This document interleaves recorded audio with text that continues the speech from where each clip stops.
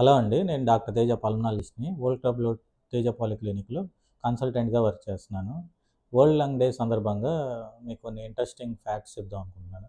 మనం సైలెంట్‌గా ఉన్నప్పుడు గూడా దాదాపు 12-20 బ్రీత్స్ అంటే ఊపిరి తీసుకొని వదిలేయడం 20 చేస్తాం అనమాట. అట్లా రోజుకి మనం మినిమమ్ 17,000 తీసుకుంటాం. మాక్సిమం 22,000 వరకు 25,000 కూడా తీసుకుంటాం అనమాట. దాంతో పాటు మన ఊపిరితిత్తులు విడగొట్టి పరిస్తే దాదాపు 100 గజాల ఏరియా వస్తది. అంటే ఒక టెన్నిస్ కోర్ట్ అంత ఏరియా. మన ఊపిరితిత్తుల్లో మనం తీసుకున్న గాలిలో ఆక్సిజన్ బ్లడ్‌లో కలవడానికి ఆల్వియోలై అని ఉంటాయన్నమాట. ఈ గాలి సంచుల్లాగా. అవి దాదాపు 30,00,00,000 ఉంటాయి.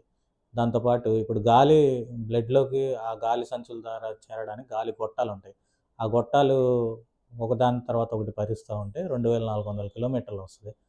మనం గాలి తీసుకొని వదిలేటప్పుడు రోజుకి 7,500 లీటర్ల గాలి తీసుకొని వదులుతాం అనమాట. సో, ఇంత బయట ఎన్విరాన్మెంట్‌కి మన లంగ్ ఎక్స్‌పోజ్ అవుతది కాబట్టి, బయట డస్ట్‌కి గానీ, అలర్జీస్‌కి గానీ, ఈ వైరస్‌లకి కానీ, బ్యాక్టీరియాకి గానీ, క్లైమేట్ చేంజెస్‌కి గానీ, హ్యూమిడిటీకి కానీ, వేరే ఏ ప్రాబ్లమ్‌కైనా ఎక్కువ ఎక్స్‌పోజ్ అవుతుంటది కాబట్టి, ఎక్కువ వల్నరబుల్‌గా ఉంటది. ఎక్కువ గురవుతా ఉంటది ప్రాబ్లమ్స్‌కి. సో, ఏదన్నా కాఫ్ గానీ, కోల్డ్ గానీ, ఆయాసం గానీ ఏదన్నా వస్తే 1 వీక్, 10 డేస్ కన్నా ఎక్కువ వెయిట్ చేయొద్దు. ఓవర్ ద కౌంటర్ మెడికేషన్స్ వాడుకున్నా తగ్గలేదంటే కంపల్సరీ మీ పల్మనాలజిస్ట్‌ని కలవండి. దానికి ప్రాబ్లమ్ ఏంటో తెలుసుకోండి. దాన్ని క్లియర్ చేసుకోండి. సో, దీనివల్ల ఏమవుతా ఉంటదంటే దాదాపు ఇంకొక ఫ్యాక్ట్ ఏంటంటే 17% of pneumonias due to air pollution. Pollution వల్ల వస్తుంటాయన్నమాట. ఎక్కువ గ్లోబల్‌గా చాలా deaths second second most common cause of world wide deaths lung డిసీజెసే.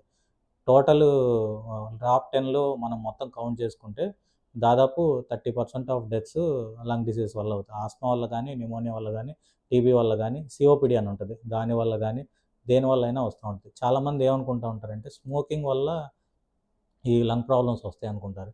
Non smoking lung diseases కూడా చాలా ఎక్కువుంటాయి. Most common pollutions. సో, టిప్‌ని యూజ్ చేసుకొని జాగ్రత్తగా మీ లంగ్ హెల్త్‌ని చూసుకుంటారని కోరుకుంటున్నాను. Thank you.